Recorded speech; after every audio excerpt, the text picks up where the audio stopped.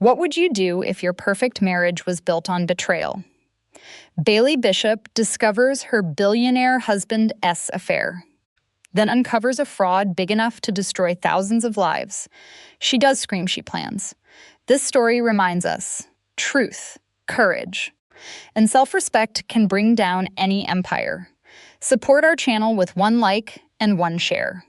Thanks for watching. She stood perfectly still. No screaming, no sobbing, no dramatic scene. Just a woman framed in the doorway of a sprawling Manhattan penthouse, 47 floors above the city lights. She looked at her husband and the woman lounging on his sofa. Her reaction was a study in stillness. She simply turned around, stepped into the elevator, descended into the humid June night, and vanished without a trace, leaving behind a life she no longer recognized. Yet, before disappearing, she set in motion a sequence of events designed to dismantle his $6 billion empire. She ensured his eventual 47-year prison sentence and secured the safety of the thousands of lives he had been ruthlessly planning to exploit. She accomplished this entire takedown in 30 days. Working from the quiet isolation of the guest cottage at the estate she was about to leave forever. Her name was Claire Whitmore. To understand her move, you must grasp who she really was. Long before she became just another wealthy socialite's wife, Claire had been a top-tier forensic accountant. She was among the best in the country. Her husband, despite his massive ego and sharp intellect, had committed the most dangerous error a crooked man can make. He completely forgot who he had married. This is the story of how that oversight brought him down. Timeline 1. The house that looked like everything. There is a specific kind of loneliness that never announces itself with fanfare. It avoids tears and big arguments. It lacks that single, defining moment you can point to later and say, "This is where everything broke." Instead, it creeps in through the gradual accumulation of tiny, ignored moments that you keep telling yourself don't actually mean anything at all. Claire Whitmore Hartwell knew that precise brand of loneliness better than anyone, but she also possessed something most people didn't: her professional training. She knew that small things always meant something. You just had to be willing to look. She vividly remembered the exact moment she first decided to stop paying attention to those warning signs. It was 3 years into their marriage during a high-stakes fundraiser dinner in the city. She was in the middle of explaining a complex foundation grant application, a project she had poured 48 hours of intense labor into. Suddenly, she watched Daniel's eyes drift to his phone. Not quickly, not with an apology. It was smooth, dismissive, and calculated. He looked at that device exactly like someone who had decided it was far more important than the woman sitting across from him. She fell silent, her voice trailing off. He didn't even notice. He finished reading his message, glanced up and casually asked, "Sorry, you were saying." Claire offered a thin, practiced smile and replied, "It is nothing important." She tried to make it sound light and airy, but it felt hollow. She immediately filed that hurt away in the dark, locked compartment of her mind where she stored all the things she had promised herself she would never examine. That was just the beginning. After that, the incidents piled up. The way he introduced her at events, always "my wife Claire," with a possessive emphasis that sounded like pride but functioned like a label for an object. The way he stopped discussing major business decisions with her as if her value had a shelf life that expired at their 10th anniversary. The realization that she couldn't remember when he last asked for her thoughts on anything that mattered. None of these moments were dramatic enough to trigger a real confrontation. You cannot bring these things up at dinner without sounding like you are cataloging petty grievances. And that wasn't who Claire was. So she did what so many women in her position are forced to do. She made herself useful. She became excellent at playing the part. She polished the surface of her life until it gleamed, constantly telling herself that the shine was enough. The Hartwell estate sat at the end of Silverwood Lane in Darien, Connecticut, shielded by a low stone wall covered in ivy that Claire had meticulously chosen herself 12 years prior. It was a grand Georgian house, 4 stories of pale brick and crisp white trim, surrounded by 12 acres of old-growth woodland. It was undeniably beautiful from the outside, but inside, it was suffocatingly silent, the way houses become when one ego fills all the space.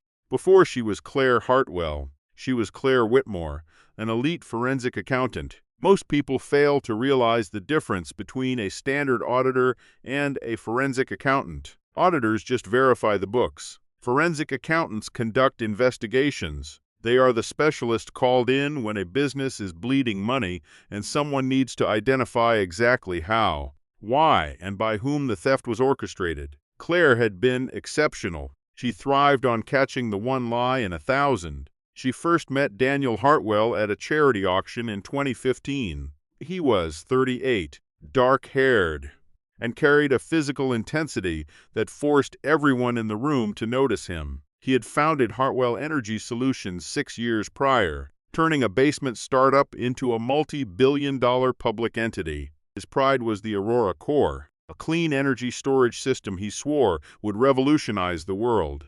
He spoke with the terrifying conviction of someone who couldn't tell fact from fiction.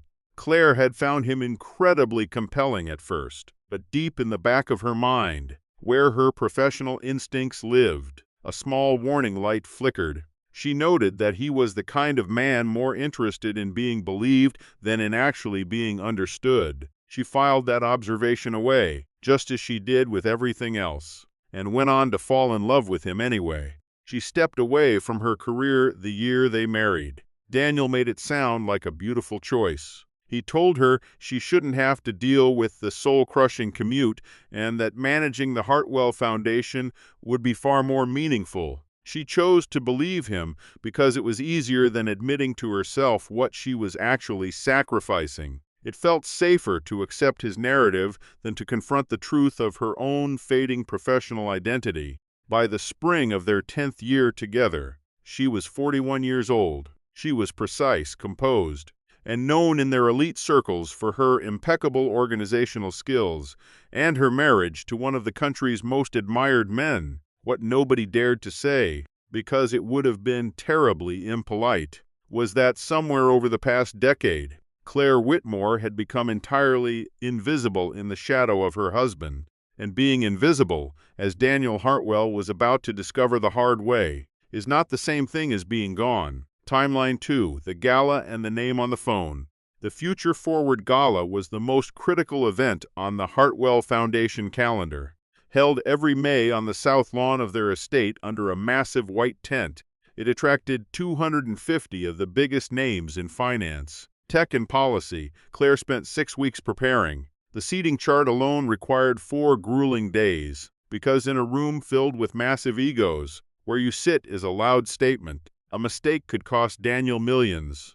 That May was unseasonably warm, and the tent looked flawless. String lights twinkled through the trees. Tall, expensive flowers adorned every table, and the band played at a volume that encouraged conversation. Claire was in the main hall, carefully adjusting a floral arrangement, when Daniel finally tracked her down at 6:45. He moved with the frantic pace of a man who always had somewhere more important to be. He kissed the top of her head without ever slowing his stride, eyes glued to his phone as he continued his conversation. He did not look her in the eye once during their entire exchange. She noticed it with a weary resignation that specific, numbing way you acknowledge a pattern you have seen too many times to bother mentioning anymore.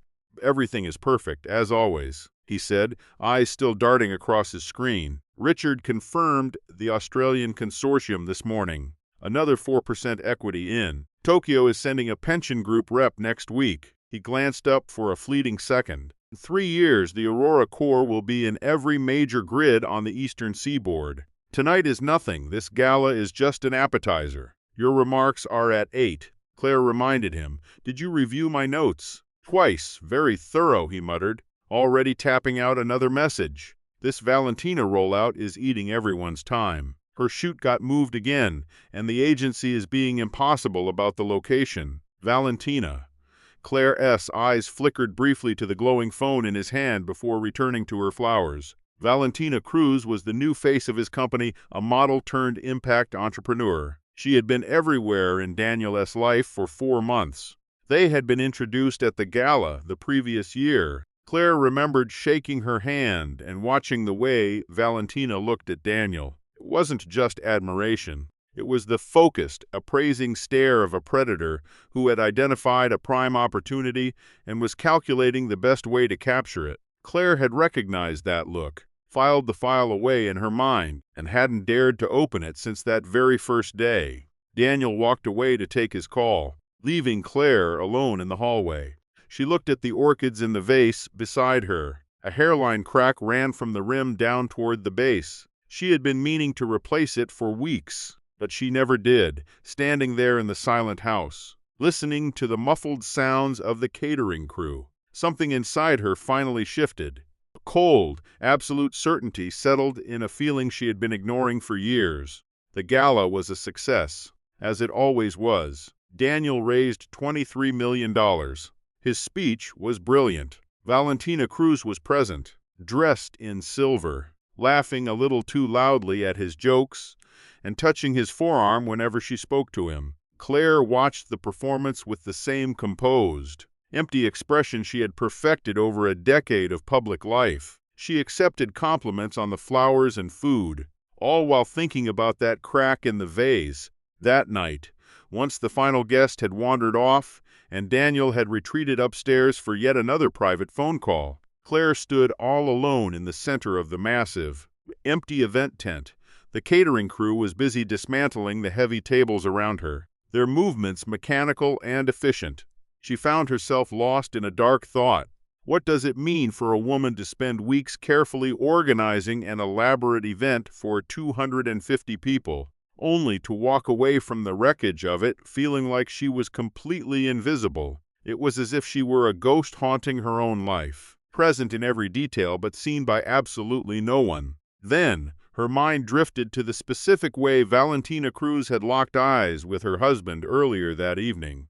It was a look that burned with intent. She thought about the encrypted laptop Daniel kept locked inside his briefcase, a fortress of secrets she was never allowed to approach. She thought about his endless late-night calls, the sudden change in his password, and the business trips that seemed to grow in frequency just as his patience for her presence vanished. She was done with the charade. She was finished with refusing to look at the massive, jagged crack running right through the foundation of their life together. But here is where most people get this wrong, and it is a mistake that could cost someone everything. What Claire Whitmore Hartwell did next had almost nothing to do with typical jealousy or a wounded heart. The affair, once she finally confirmed it, was not the thing that kept her awake at night, staring at the ceiling. What she discovered underneath the affair, buried deep in the digital shadows, was something that would change the trajectory for thousands of innocent people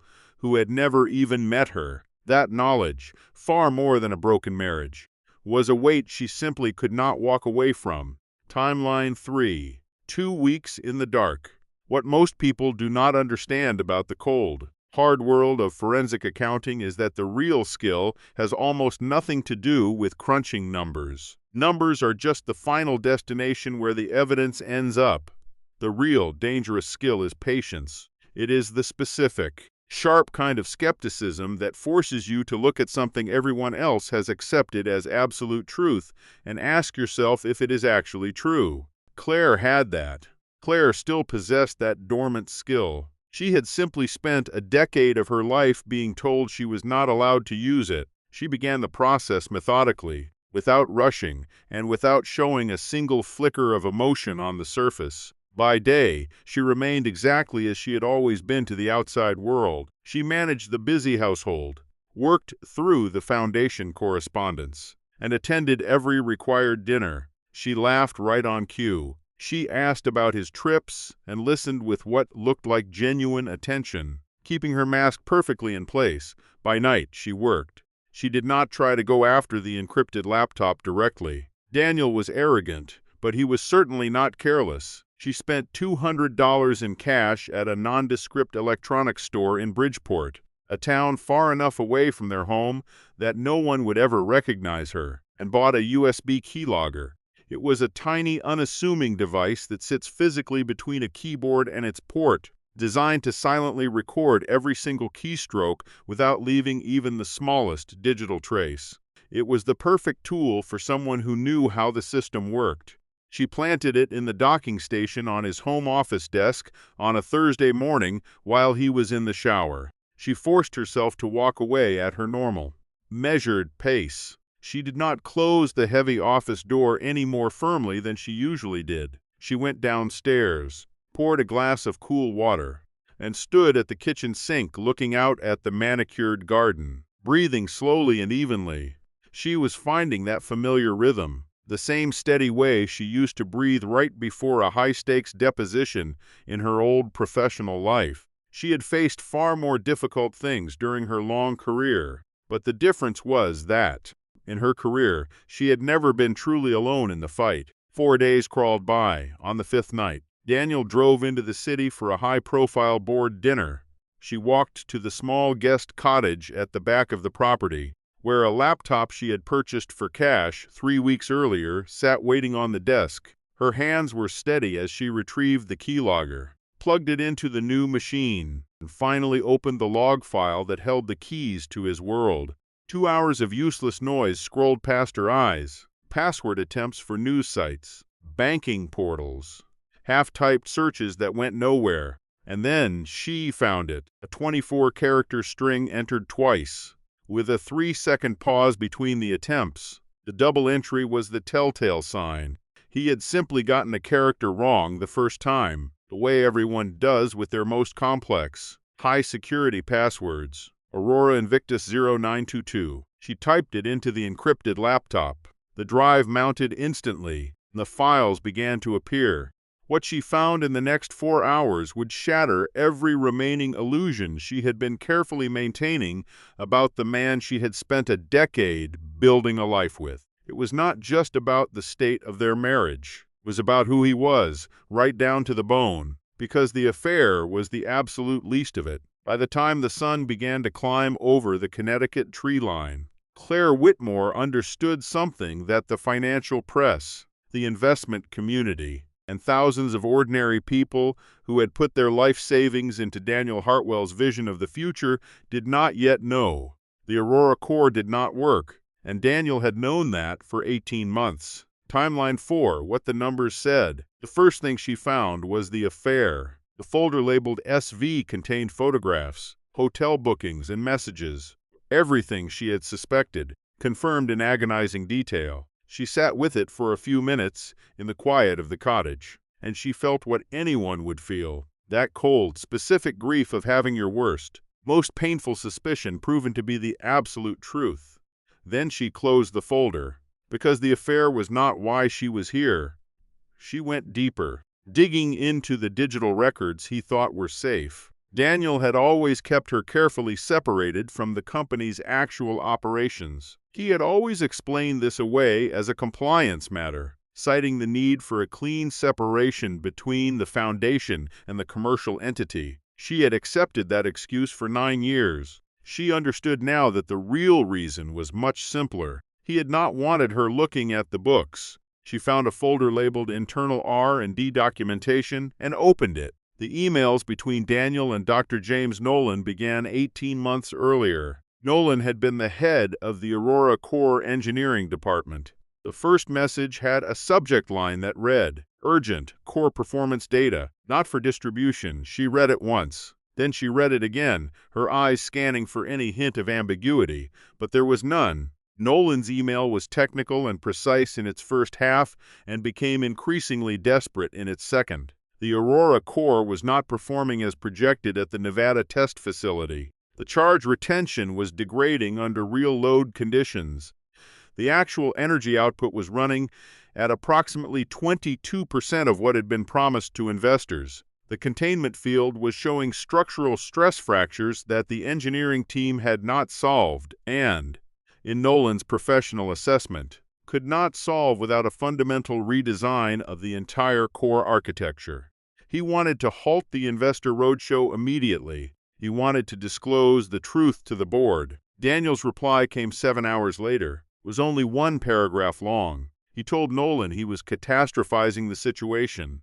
He said the data was being managed appropriately by leadership. He said investor confidence was a critical asset that could not be jeopardized by what he called premature disclosure of engineering optimization challenges. Claire had to stop reading, the weight of the lie pressing against her chest. She pushed back from the desk and stood up. The cottage was small and very quiet. The single lamp on the desk made the rest of the room feel very dark. She walked to the cottage's one small window and looked out at the vast property. The main house was dark and silent. The trees at the edge of the lawn stood still in the windless night. The lawn that she had personally chosen the landscaping for. The trees she had watched grow for 9 years. The house she had spent a decade making beautiful. She stood there for a moment, with her hand resting on the window frame, and felt something she recognized from her old professional life. It was not anger. It was clarity. The specific, cold clarity of someone who has just confirmed what they had been trying very hard not to know. Then she went back to the desk and kept reading. The chain continued for 3 weeks. Nolan grew more desperate with each message. Daniel grew colder and harder, and then a final email arrived. From Richard Covey, the chief financial officer. Subject: the Nolan situation is resolved. He wrote, his severance includes a non-disclosure agreement with real teeth. He has been paid enough to stay quiet for a decade, and he understands the alternative. Jenkins has been promoted to lead engineering. Understands that his job is to make the data look the way it needs to look, not to write memos about theoretical concerns. She stared at that email for a long time, the words blurring together. This was not a company that had simply hit a technical delay. This was a company that had fired its own chief engineer for telling the truth, buried the evidence, and replaced him with someone who understood that falsifying data was now part of the job description. She thought about James Nolan sitting down to write that first email, choosing his words carefully, being precise, trusting that the system he worked inside was honest enough to respond.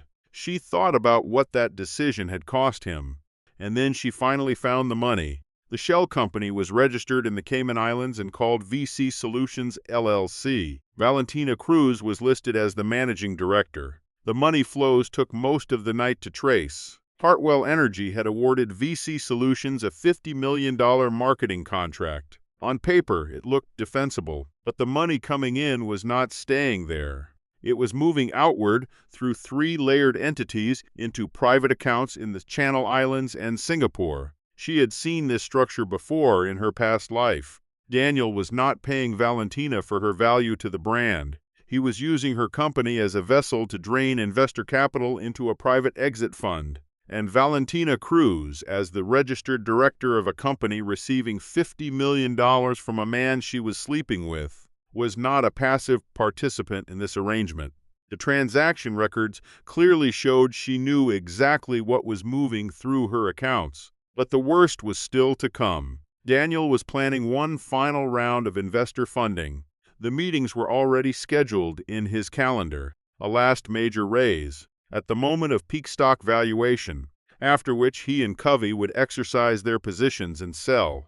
The company would begin to fail within months of product deployment. The Aurora core would be installed, would not perform, and the stock would collapse. By the time ordinary investors understood what had happened, Daniel would be liquid, untouchable, and gone. The pension funds were bleeding, and the university endowments were just as compromised. Thousands of everyday retail investors had poured their life savings into a dream, buying into a story about a man who promised to save the planet. Now Claire sat in the quiet of the guest cottage as the pre-dawn sky began to shift from bruised black to a pale, clinical gray. She felt the crushing weight of the files she held. This was not merely evidence of a simple fraud. It was proof of a calculated, deliberate plan to steal every ounce of hope from people who had absolutely nothing left to lose. James Nolan had fought to stop this train wreck, doing everything by the book. He had reported the anomalies through proper internal channels, submitting clear data, acting with total professionalism, and putting his own neck on the line. In return, he was paid off, replaced, and effectively silenced. Claire thought about the bitter irony of it all.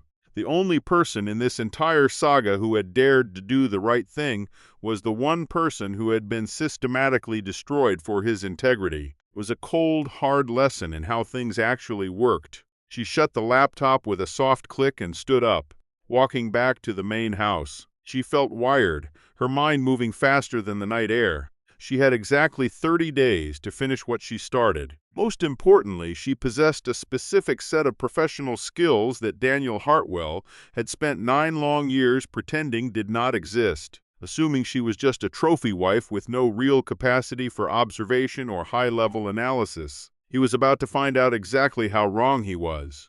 Timeline 5, the plan finally took shape, creating a strategy to dismantle a billionaire's massive fraud operation from inside his own home, all while managing his social calendar and attending his high-stakes dinners. Required a level of cold, exhausting discipline. You cannot slip up, not even once. You cannot let the simmering anger show at the wrong moment. You cannot let him catch you looking at him differently. Because if he suspects something, he starts to wonder why, and if he wonders why, the entire operation is dead before it starts. Claire had been performing the role of the perfect, normal wife inside this house for 9 years. She was exceptionally good at it. 2. She gave herself a strict 30-day window and was methodical in a way that her old professional colleagues would have recognized immediately and respected deeply. It was time for the heavy lifting. First, she needed to secure the evidence before making her next move. She had to ensure that if she went down, the truth would rise in her place. She made 5 complete copies of every single file on Daniel's encrypted drive, duplicating them onto 5 separate, high-capacity hard drives. 1 copy went into a rented safety deposit box in New Haven under an alias. Another was shipped via bonded courier to a law firm in London she had carefully researched from a secure, anonymous email account. The firm held one simple instruction: if they did not receive a verification message from her by the 1st of every month, they were to deliver the package directly to the Securities and Exchange Commission without any questions. Second, the identity. She reached out to a specialist through a trusted contact from her previous life, paying entirely in cash and cryptocurrency to avoid a paper trail. Within days, he provided her with a new, fully functional life as a German art historian named Sophie Brennan. The documentation was flawless, including a passport, a verified credit history, and a detailed academic background that would satisfy even the most rigorous background check if she ever needed to leave the country in a hurry. It was enough to sail through any routine border crossing. Third, the money. She had kept her own brokerage account separate from the household finances since long before they married, a habit Daniel had never questioned, likely because he found her financial independence beneath his notice. She had also grown the household operating accounts, which she managed into a 7-figure sum through years of smart, careful investment. She began moving these funds outward slowly, small, irregular amounts, through 2 private holding companies she created herself. She took only what was legally hers, her premarital assets, her inheritance, and the specific amount dictated by their prenuptial agreement. She did not touch a single dollar linked to Hartwell Energy. She was not a thief, she was a witness. Now, before she walks toward the penthouse, you need to understand something about Valentina Cruz. She is not simply the other woman in this story. She is something more specific, more interesting, and significantly more culpable than the typical side character in a corporate scandal.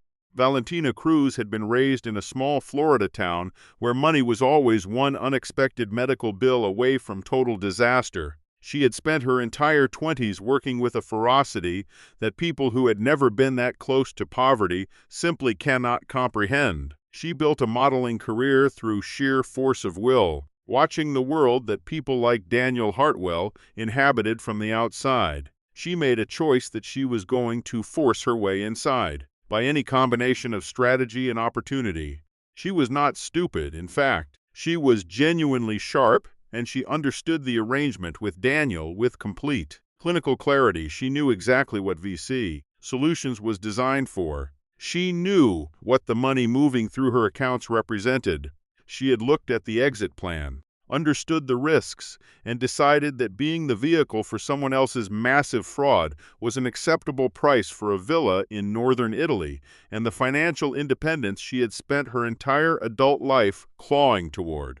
She had convinced herself that she was not hurting anyone directly. She told herself the investors were just faceless institutions with enough capital to absorb losses. She believed this was just the way the world worked for those who understood the game. She was entirely wrong about all of it, and she was about to face the consequences. Timeline 6, Friday night, June 10th, 4th the exit. Daniel had told Claire he would be in Tokyo on the 10th.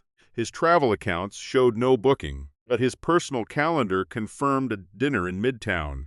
She had selected that specific night with surgical precision. She needed to be seen in that apartment. She needed Daniel to understand that she had been there and seen what she had seen.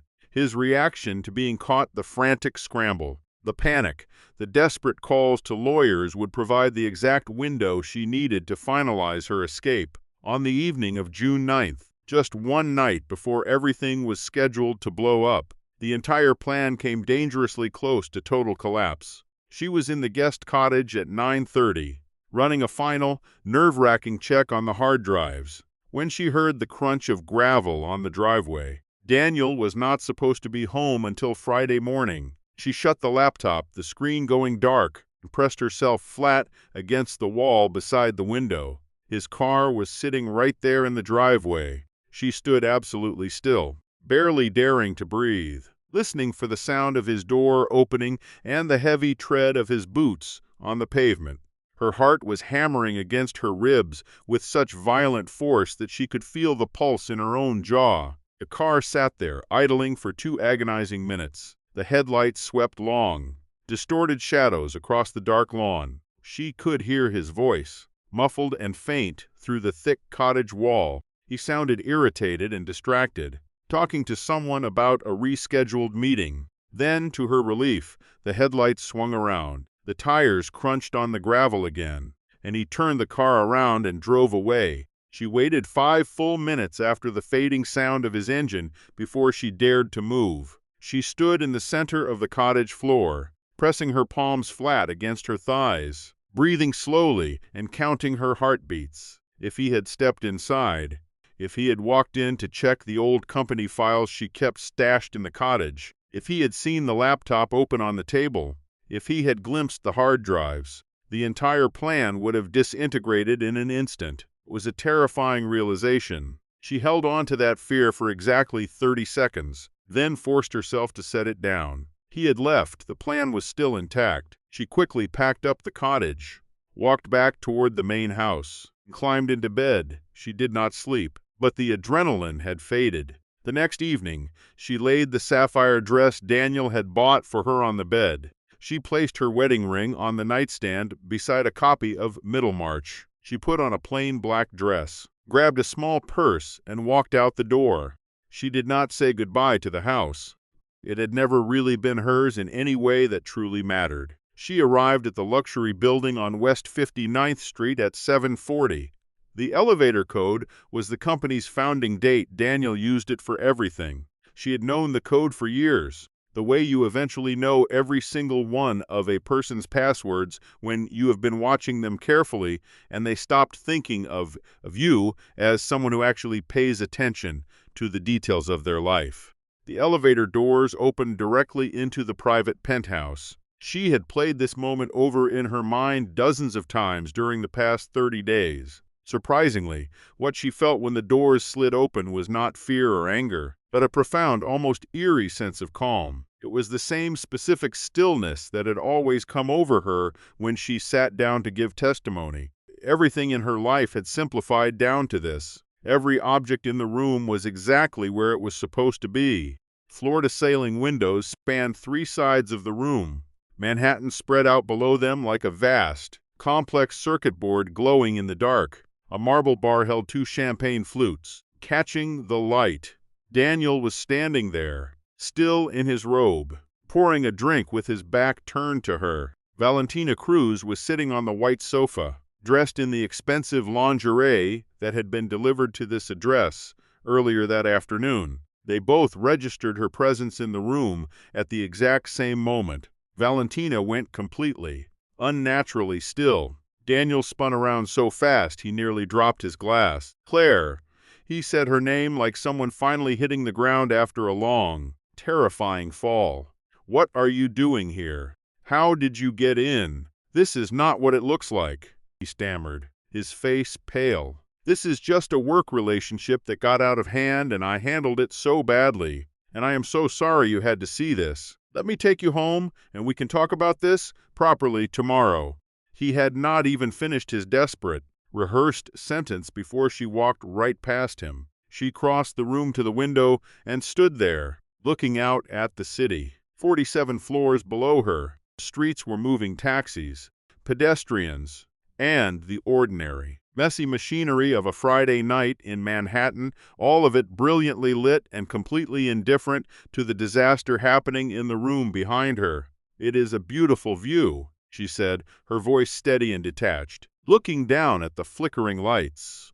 "Claire," his voice was starting to harden now, the performance of contrition finally giving way to the cold, calculating man underneath. She turned around to face him, and she did not look at Daniel. She looked directly at Valentina.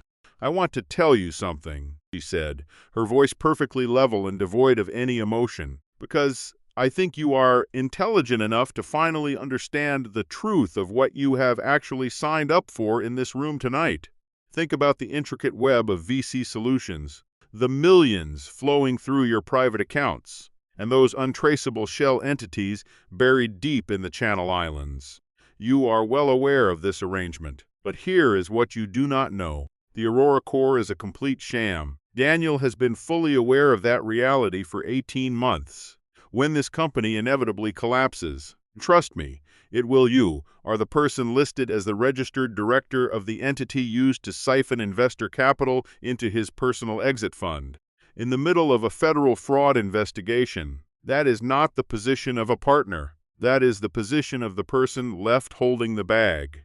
The silence in that room was absolute, a heavy weight pressing down on everyone present. Valentina stood up, her movements stiff and measured. She maintained a veneer of composure, but the color had completely drained from her face, leaving her ghost white. Her eyes darted toward Daniel, carrying a question that felt like a sharp accusation. Daniel, however, had stopped looking at Valentina entirely. His gaze was locked on Claire, and the expression shifting across his features moved through its full cycle before arriving somewhere dark. Cold and hyper-focused, she recognized it instantly, was the specific face he wore when he was calculating exactly how to neutralize a human problem. "Whatever you think you have found," he said, his voice dropping to a dangerous, quiet register, "you need to think very carefully about your next move. I possess resources that you simply cannot compete with. I will dismantle your entire life. I will have you declared mentally unstable. And I will spend whatever amount of money is necessary to ensure that no one ever believes a single word you say." Claire did not blink. She reached out and picked up her purse. "You know what your real mistake was, Daniel?" she asked. She walked to the wall and pressed the elevator call button, waiting for the lift to arrive. "You spent 9 years actively moving me further and further from the core of your business because you thought I had stopped being useful to you. You completely forgot that I built the entire financial architecture of this company from the ground up. I designed the original administrative systems, and I never actually left them." She turned to face him one final time, looking at him the way you look at someone you have finally finished understanding. "The Aurora Core does not work. James Nolan told you that fact, and you buried him to keep the secret. The final funding round is nothing more than a calculated exit strategy, and I have everything needed to prove it. Every single email, every questionable bank transfer, every falsified engineering report meant to deceive your shareholders. All of it is in my possession, and it is ready to be handed over to the authorities who will actually care about the truth." He lunged toward the elevator just as the heavy doors began to slide shut. "You are nothing without me." He spat through the narrowing gap, his voice laced with desperation. The last thing she saw was his face, But it was not the face of the man who gave speeches about saving the planet.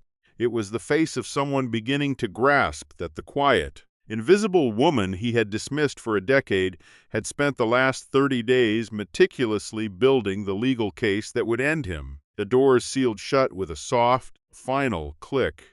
The elevator began its smooth, silent descent down 47 floors. She walked calmly through the lobby and out into the warm June night air and did not look back. He had spent 10 years making her feel invisible. She had spent 30 days making herself completely untraceable. There is a massive difference between the two, and he was about to learn exactly what that difference was. Timeline 7, the hours after. Daniel processed the shock at a speed that most human beings simply do not have access to. He was on his phone before Claire's car was even 4 blocks away, but he was frantically calling the wrong people, in the completely wrong order, from inside a penthouse apartment using digital systems that were almost certainly already compromised by a woman he had so badly underestimated. He drove back to his home in Darien alone at 2 in the morning. The house was cold and dark. Her clothes were still hanging in the closet. Her shoes were sitting perfectly aligned on the rack. Her wedding ring was resting on the nightstand right beside the copy of Middlemarch he had never once picked up, let alone read. He stood there for a very long time, staring at those objects, trying to process the sudden, total void she had left behind. Then he moved to the study and tried to log into the company's main secure server. Access denied. He tried the back-end administrative portal using his secret emergency password. It loaded one single screen and then kicked him out with a message he had never seen before in his life. Session terminated by superior administrator. He tried accessing the offshore accounts next. They were all suspended, pending a full security review.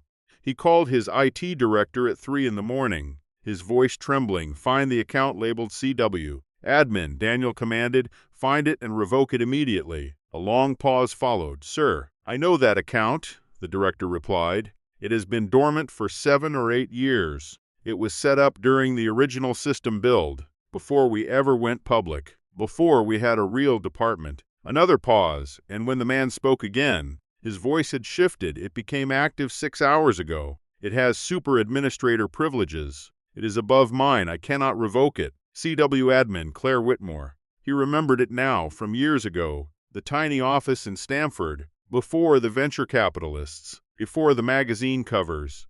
Claire sitting at a folding table, building the complex financial architecture of the company from scratch because he had needed her. Specifically her, for exactly what she was, a brilliant forensic accountant who could structure the books from the ground up and understand every single layer. He had simply grown past that. He had brought in Covey and other real executives and gradually moved her into the foundation of the household and the social calendar. He had stopped thinking of her as someone who understood his business. She, however, had never stopped understanding it. He hired Victor Cross on the 6th day, a former federal investigator and private practitioner. He was expensive and largely unimpressed by most things. She is your wife, Cross said. His tone flat. She will surface in 2 weeks. Find her now, Daniel snapped. For 10 long days, Cross found absolutely nothing. No credit cards, no passport, no hotel registrations, and no car rentals. Her cell phone was still sitting on the kitchen counter. Abandoned, she had walked out with nothing but a small purse and then effectively ceased to exist in any database that actually mattered. On the morning of the 8th day after her disappearance, Daniel looked out his bedroom window and saw 2 black SUVs coming up the driveway. He looked out the other window and saw, over the tree line, the silhouette of a helicopter. His phone rang instantly. It was Richard Covey, breathing in short, shallow pulls. They are here, he whispered. FBI and SEC. Warrants for the office and the estate simultaneously. Daniel, they have everything. The coffee cup in his hand slipped and shattered on the floor. Through the front door, which had been locked because she had changed all the security codes the night she left and he had not yet figured out the new ones. He could hear federal agents identifying themselves. His personal assistant was calling his phone. Her voice was barely coherent. The letter, Mr. Hartwell. It is everywhere. It is on the Journal website. It is on Bloomberg. They are reading it on every single channel. What did you do? What did you do? He had not known about the letter. He had not known she was writing a letter. He had not known about any of it. And that, more than anything else, was the thing he could not explain to himself as two FBI agents walked into his study and told him to put his hands where they could see them. He had looked at his wife for 9 long years and seen only the surface she allowed him to see. He had never once wondered what was underneath. Timeline 8, the letter itself. At 9 o'clock in the morning, precisely as the New York Stock Exchange opened for trading, bonded couriers delivered identical packages to 3 addresses simultaneously. The editor-in-chief of the Wall Street Journal, the director of enforcement at the Securities and Exchange Commission, the United States Attorney for the Southern District of New York. Each package contained 2 distinct items: a single encrypted hard drive, a document 14 pages long, printed on cream-colored paper in a clean, professional serif font. The title read, "An open statement regarding the ongoing securities fraud of Hartwell Energy Solutions Incorporated, its executive officers and associated entities." Signed at the end, Claire Whitmore Hartwell, CFA CF. Now here is the thing that made every editor and every prosecutor who read this letter understand immediately that they were not dealing with a scorned wife who had found some damaging emails. The letter did not read like emotion. It read like evidence, organized into numbered sections, footnoted, precise, and completely devastating. She opened with 1 paragraph of personal context. She wrote, "I am 41 years old. Before I was married, I spent 7 years as a forensic accountant specializing in complex financial fraud investigation. My husband is aware of my professional background and used it in the early years of building his company.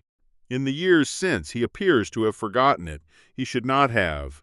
And then she laid out everything. Section 1, the Aurora Core, using dates, email chains, and the specific performance data from Nevada. She documented in precise technical detail the massive gap between what investors had been told and what the engineering data actually showed. She quoted the correspondence between Daniel and Dr. James Nolan directly. She named the date Nolan was fired. She described exactly what happened to the person who told the truth. Section 2, the money. She traced the VC solution structure from the initial contract through the layered entities to the private accounts in the Channel Islands. She named Richard Covey as a knowing co-architect of the fraud. She named Valentina Cruz not as a personal grievance but as a legal fact. The woman was the registered director of a shell company used to steal from investors. That was a federal crime, regardless of what else she was to him. Section 3, the exit plan. The final funding round, the planned stock sales, the tens of thousands of ordinary people who were about to lose everything they had put into a company whose product did not work and whose leadership had known that for 18 months. And then, at the bottom of the final page, she wrote the sentence that every journalist and every prosecutor would remember for the rest of their careers. She typed the message with steady fingers, knowing it was the final domino in a long, calculated plan. The drive she enclosed held every dark secret of Hartwell Energy Solutions. Was all there, laid bare. The fabricated engineering records, the deep-seated financial corruption, and the private communication archives linking Hartwell and Covey in their scheme. She typed the password. James Nolan was right. Hit send by 9:23. The market panic began. Trading was halted. By noon, the stock was suspended. By the closing bell, the company that had once seemed invincible had completely vanished from the market listing. It was $72 billion, simply wiped away in less than 8 hours. By sunset, the name Claire Whitmore Hartwell was plastered across every screen and newspaper in the nation. The media frenzy was relentless, feeding on the one detail everyone obsessed over: the mystery. How had this woman constructed the most detailed fraud case of the decade, only to vanish into thin air? No bank records, no travel documents, no digital footprint. The investigators were baffled, and the public was hooked. They eventually gave her a name that sounded like a myth. They started calling her the Ghost. High above the streets of Geneva, she sat in a quiet hotel room, watching her own hands tremble with an adrenaline crash. She called this phase Timeline 9, the escape reconstructed. She remembered the elevator ride, how she had deliberately pressed the P3 button instead of the lobby. The lobby was the trap, the place everyone would expect her to be, guarded by doormen and security cameras. P3 was the parking garage. She had spent 6 weeks studying the fire safety blueprints of the building, mapping every stairwell and exit, and had even conducted a dry run back in April to be certain. She emerged onto 58th Street and began walking east, moving at a perfectly normal, measured pace. It was a Friday night in Manhattan, and she was dressed in nondescript black. By blending into the crowd, she achieved a level of invisibility that felt like a superpower. It was not the kind of being overlooked that happens by accident. It was a conscious choice. She reached a 24-hour fitness center near the bus terminal, a place where she had rented a locker under an alias 3 weeks earlier. She ducked into the locker room, ready to shed her old life piece by piece. The expensive black dress and the designer heels went straight into a heavy, black plastic bag, which she dropped into the center's trash bin without a second glance. She pulled on the clothes she had stashed weeks ago, a pair of worn jeans, a drab gray jacket, and sensible running shoes. Then came the wig. It was shoulder length, a mousy, nondescript brown, and it fit just a little too loosely on her head. It was the opposite of glamorous. It was completely unremarkable. It was exactly what she needed to walk through the world without a single person noticing she existed. She knew better than to head for the obvious transit hubs. Penn Station was a trap, and JFK was an impossible dream of security checkpoints. Instead, she walked to the Port Authority bus terminal, blending in with the late-night travelers. She paid for a ticket to Montreal using crisp, untraceable cash, choosing a bus scheduled to depart at 11:15 that night. It was a mundane choice, the kind of boring, low-tech travel that kept her moving, while the rest of the world looked for someone far more sophisticated than the woman in the mousy wig. Those 12 hours on the bus were the longest, hardest part of the entire mission. The seats were stiff and cramped, causing her body to ache, but that physical pain was nothing compared to the internal struggle. Every time the bus pulled into a dimly lit service plaza in upstate New York, her heart hammered against her ribs. She was forced to constantly manage a tide of pure, electric terror, keeping her face turned toward the dark window. She controlled her breathing, timing each inhale and exhale so it looked perfectly normal to any passerby, desperate to keep her mind from looping back to the risk. Crossing into Canada at dawn felt like moving through a different dimension. She held her breath as she handed over the passport for a woman named Mary Ann Peters, a clean identity she had maintained specifically for this moment. The border guard barely looked up, just waved her through. Once in Montreal, she withdrew 10,000 Canadian dollars from a pre-funded account and caught another bus to Toronto. From there, she made her way to Pearson International Airport, paying cash for her final leg, carrying only a single small bag that held everything she truly needed for the future. At the check-in desk, she presented her final alias, Sophie Brennan, an art historian with a German passport. She had a one-way ticket to Geneva. When she finally boarded the flight at 4:30, the tension was still coiled in her muscles. As the plane lifted into the air and the sprawling city below faded into a gray, distant patch, she closed her eyes. For the first time in weeks, she allowed herself to breathe. It was the profound, heavy relief of a person who had carried a crushing weight for a lifetime and was finally allowed to set it down. She was gone. Now the waiting began. Timeline 10, 7 days in Geneva. The hotel she chose was small, clean, and utterly forgettable, which was exactly the point.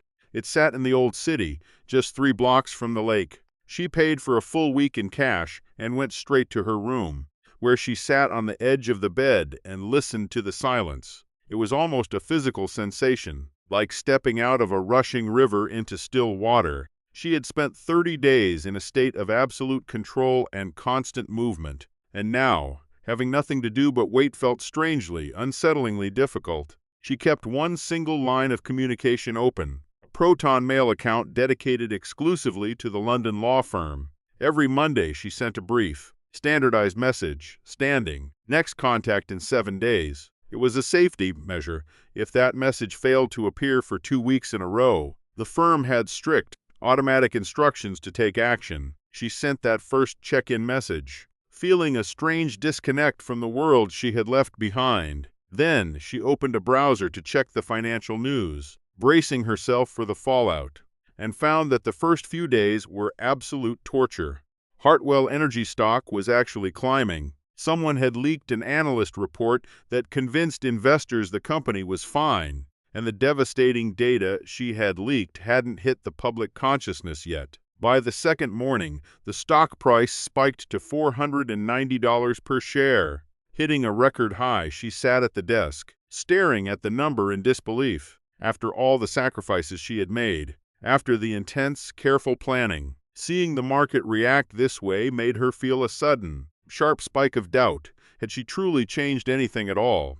She went through the evidence again and again, obsessing over every email and financial trail she had exposed. She knew she was right, the facts were irrefutable, but sitting alone in a quiet, anonymous room in Geneva, the gap between what she knew to be true and how the world was choosing to see it felt massive. It was a lonely kind of torture, waiting for the truth to be recognized while the world continued to celebrate a lie. She was trapped in the stillness, holding the secret that would eventually burn it all down, wondering if it would actually matter. She spent her mornings walking along the lake, watching the water change color before the tourists started their day.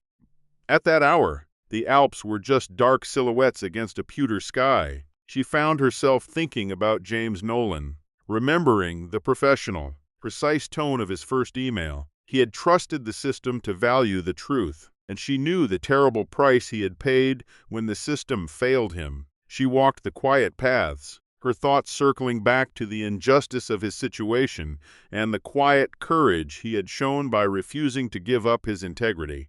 On the morning of the 8th day, the red banner flashed across her screen. Trading halted on Hartwell Energy. She dropped her fork, her heart leaping. The laptop speakers blared the anchor's frantic voice. Breathless with the news of a joint FBI and SEC raid, they were hitting the headquarters. They were serving warrants. They had arrested the executive at his home in Darien. The reporter mentioned a comprehensive disclosure, a leak from the executive's own wife. She didn't need to hear the rest. She sat there, staring at her own hands, suddenly overwhelmed by the weight of what she had done.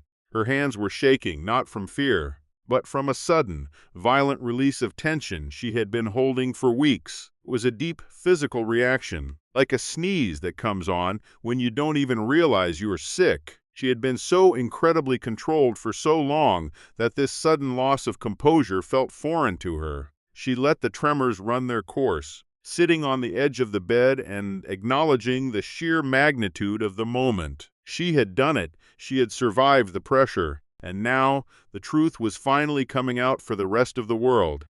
When the shaking stopped, she felt a sense of calm settle over her. She stood up, splashed water on her face, deleted the Proton Mail account, and packed her small bag. It was time to go. Timeline 11. The collapse and the trial.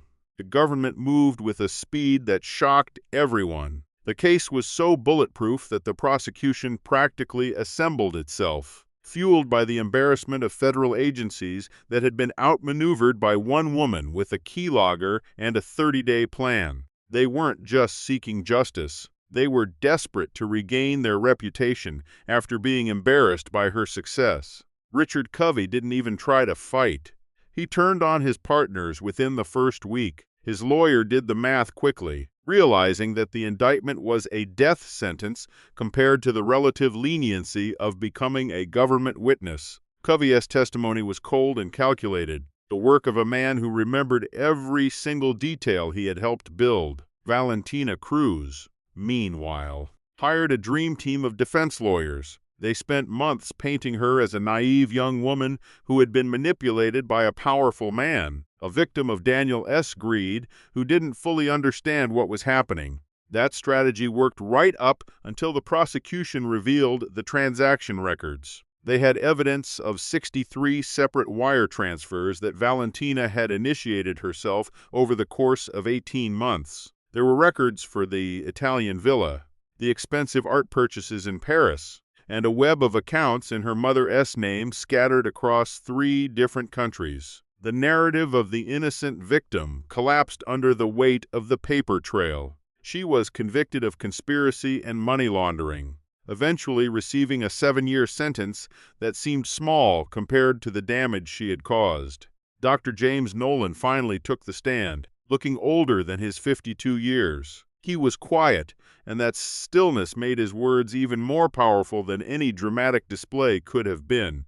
He walked the court through the technical reality of the Aurora core, explaining in precise, undeniable language what the data had shown from the very start. He didn't need to shout or cry. He simply laid out the truth about what happened when he had tried to do the right thing, and the facts spoke louder than any lawyer's argument ever could. He never once tried to make it about his own bitterness or pain. He answered every question with cold, clinical accuracy and then waited for the next one. The jury, and everyone watching in the courtroom, understood exactly what it had cost him to try to tell the truth the first time, and how devastating it was that he had been ignored. To understand the trial, you had to be there. The media reported the verdict, but they couldn't capture the atmosphere of the room. It was thick with the realization of the massive failure that had allowed this to happen. The courthouse was standing room only. Every single day of the proceedings, people would queue up hours before the doors opened just to get a seat.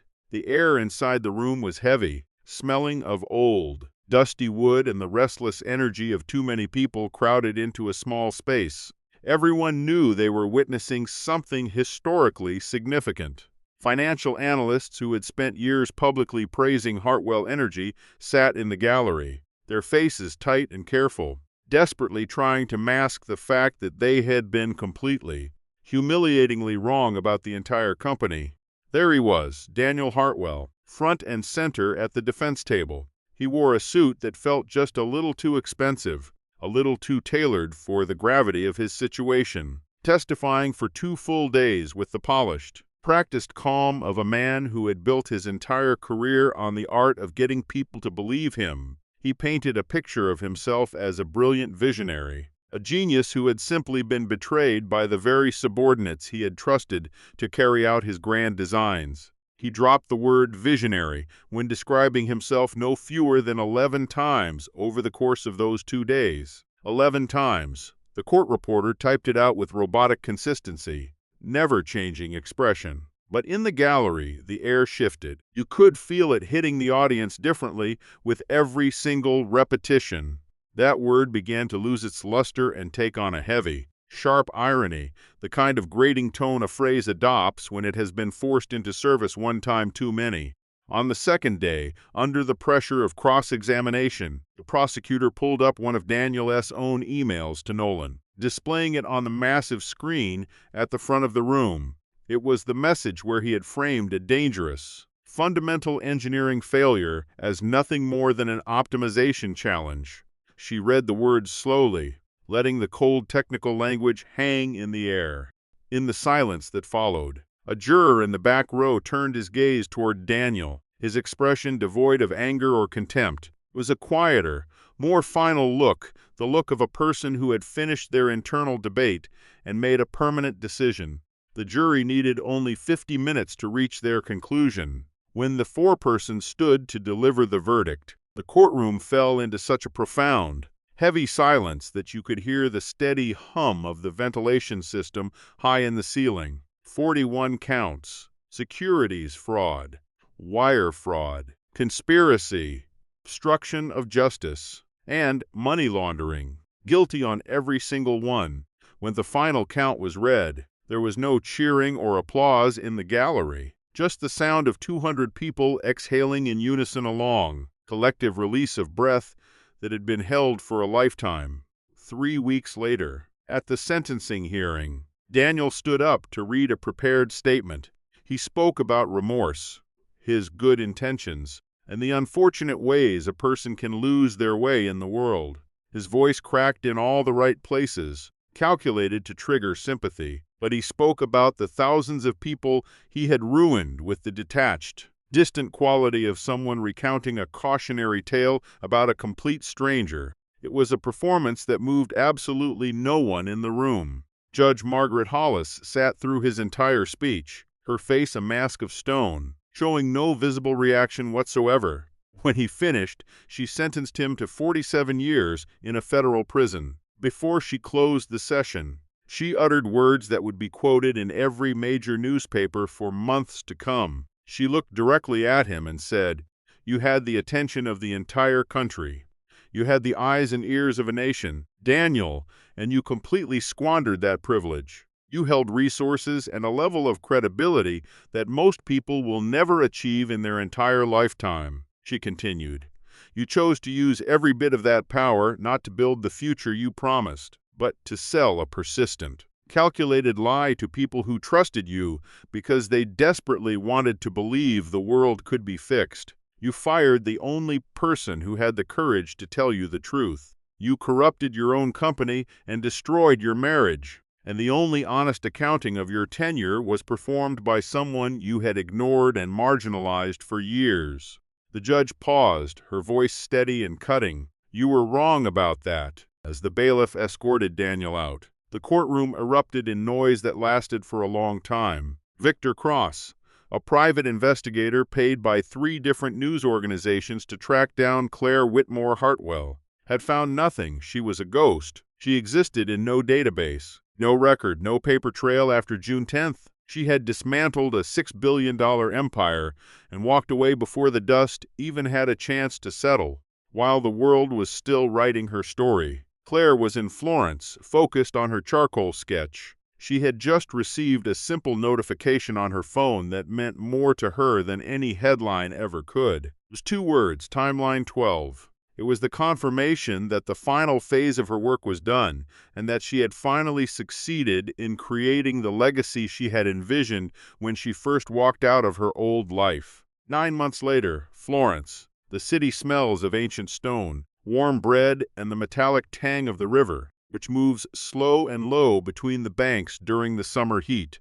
Claire had been living here for 8 months. She arrived by train from Zurich just 1 week after watching Daniel S. arrest on a small hotel television. She had rented a quiet apartment on a narrow street above the Arno River, where the walls are 3 feet thick and the windows look out over a courtyard filled with neighborhood cats. The apartment was a sanctuary of books and light. There was very little furniture, just the essentials, allowing the space to feel airy and open. She had dedicated herself to learning Italian, moving past the basic phrases to understand the nuances of the language. She found that the process of starting over was helping her rebuild a sense of self that had been lost for nearly a decade. She kept her life intentionally small, quiet, and meaningful.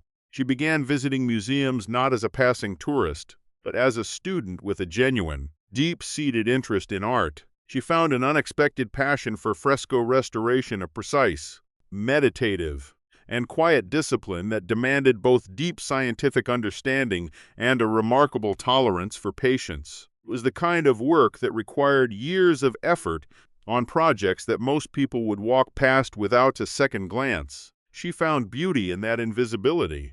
The director of the restoration studio near the Brancacci Chapel, a direct woman in her 60s named Giovanna, had eventually noticed her dedication. One morning, she simply handed Claire a stack of files and said, "You seem like the kind of person who knows how to look at something carefully." Claire hadn't been called that in years, and she took the compliment to heart. It was the most honest thing anyone had said to her since leaving the United States. For 9 years, she had been Claire Hartwell, a supporting character in someone else's drama. For 9 months, she had been Sophie Brennan. Slowly, the name felt less like a costume and more like a skin. She was sitting at a small outdoor cafe with her sketchbook open when her phone buzzed, the one burner phone she kept for a single contact. The message was from Edward Marsh, a senior partner at her London firm. It read, "Phase 2 complete." She read the message while sitting in the shade of a cafe awning, watching a pigeon peck at the cobblestones near her feet. The message was short and to the point. Marsh confirmed that the victim compensation process regarding the SEC settlement had been finalized. The irrevocable directive she had filed with his firm on the very morning she fled, the United States, had been fully executed, meaning the final chapter of her involvement was now officially closed and secured. Her entire share of the spousal assets, approximately $86 million after taxes, had been transferred anonymously into the endowment of the James Nolan Foundation for Scientific Integrity. As she had instructed, the foundation was now fully capitalized for the future. Its board was officially confirmed and its legal status was locked in stone. The money was finally doing exactly what she had always intended, protecting the truth rather than funding a massive, beautiful lie. Marsh had attached a single news clipping to the email. It wasn't from a mainstream outlet like the Wall Street Journal, but a specialized tech publication read mostly by engineers. The article highlighted the story of Priya Sharma, a 29-year-old biomedical engineer who had been fired a year earlier for refusing to sign off on falsified clinical trial data. She had been blacklisted and pushed to the brink of ruin by her former employer, who used their massive legal team to silence her.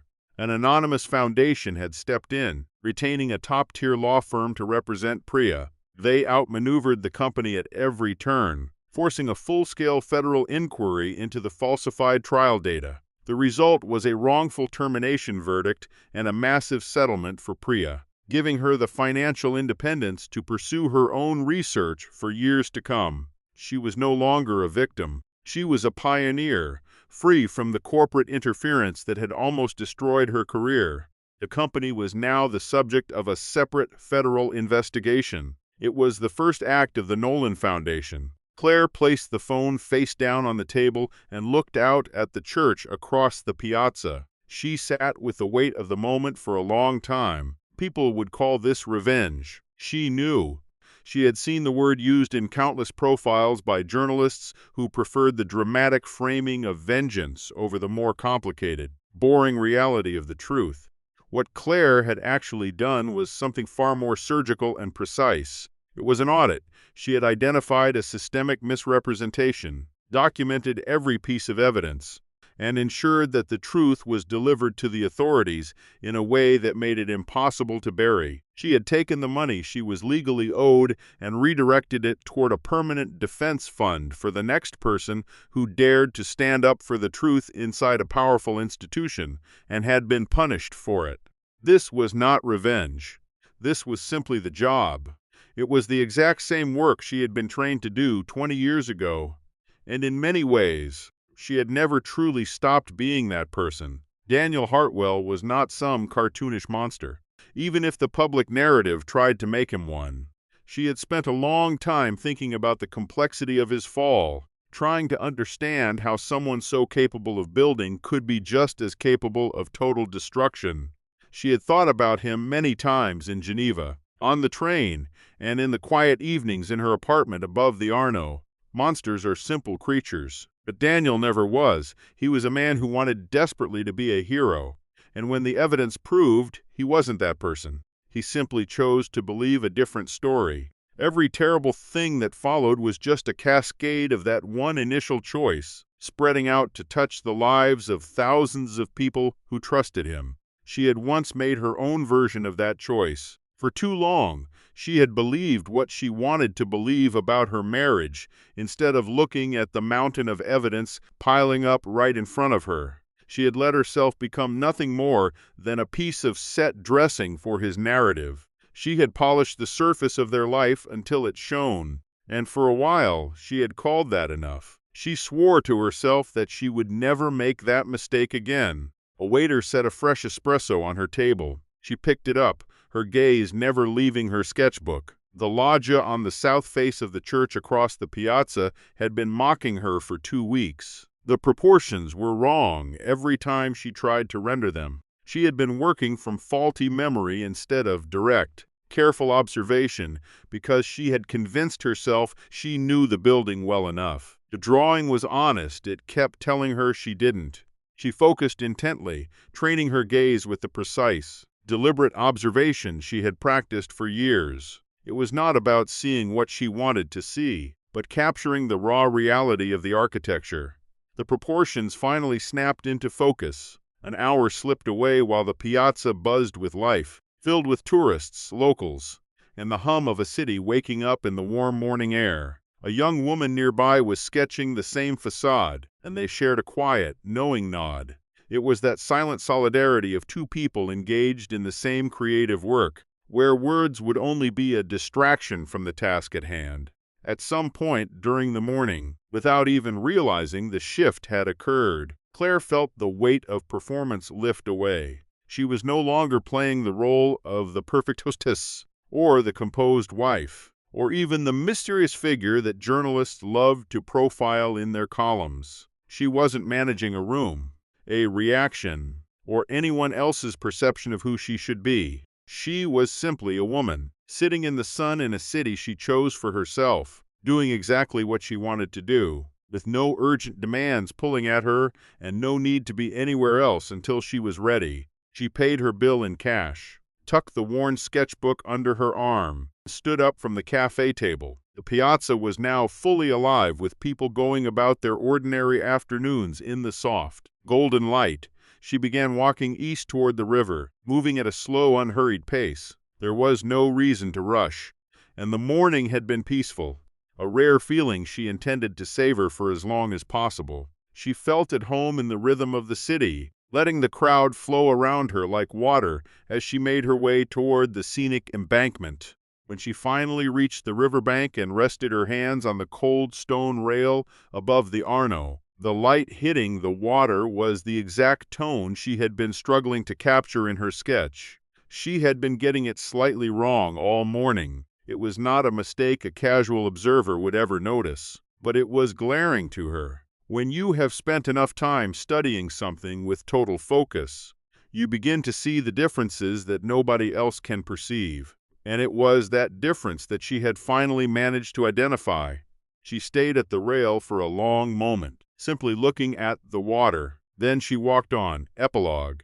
In the months following the trial, Claire Whitmore became something she never designed and was neither comfortable nor uncomfortable with. A symbol for women caught in difficult situations with powerful men. She became proof that the traits they were told to suppress, being too precise, too careful, or too much, were the very things that could save them. The skills she had been forced to set aside because someone wanted her smaller did not vanish. They were just waiting. For employees working inside organizations who found something rotten and were afraid to speak up, she became evidence that the truth, when properly documented and protected, can survive even the most aggressive attempts to bury it. For the regulators who had missed the fraud for years, the case became a classic study in how a compelling story can completely short-circuit the due diligence that should have exposed the crime. Daniel Hartwell was simply too good at making people want to believe him. Believing him was far easier than verifying the facts. That particular failure was not a mistake unique to those regulators. It is a deeply human tendency. After all, we want to believe the comfortable story rather than do the hard work of digging for the truth. And it is that specific human weakness that people like Claire Whitmore exist to correct. She proved that when someone cares enough to look past the narrative and into the data, the house of cards will eventually fall, no matter how carefully it was constructed or how much power stood behind it to protect the deception. For James Nolan, who retired and began teaching a graduate seminar on the ethics of technical disclosure, she was a figure he did not discuss in class or with journalists. Instead, he found himself thinking about her on his long drives home. She represented the one thing he had always hoped for but rarely saw: evidence that someone, eventually, had listened to the truth. She was a silent validation of everything he had tried to teach. A rare example of a system that finally worked because someone refused to look away. For Priya Sharma, who gave only one interview about her case, the questions were always focused on the mysterious foundation that had funded her legal defense. She answered simply, "Whoever they were, they understood what I was trying to do, and I think they had walked this same path themselves, at a much higher cost than I will ever fully understand." For Priya, That anonymous support was the closest thing to what had actually been intended, a lifeline that arrived when she needed it most, ensuring her survival against the odds. $86 million were directed toward protecting the next person who decides to tell the truth. In the world of accounting, there is a process called reconciliation.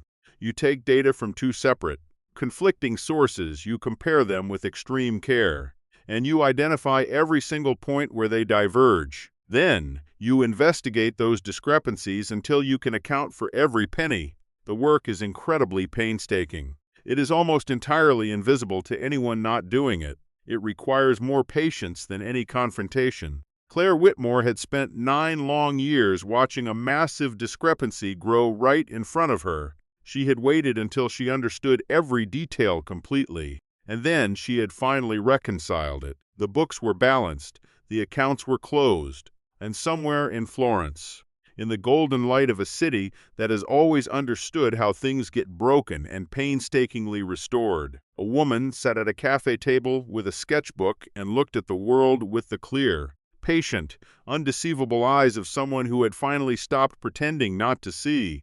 If you are sitting with this story right now, thinking about a crack in a vase you have been meaning to look at, or a truth you have been avoiding in your own life, this is your reminder. Do not turn away. Look at it.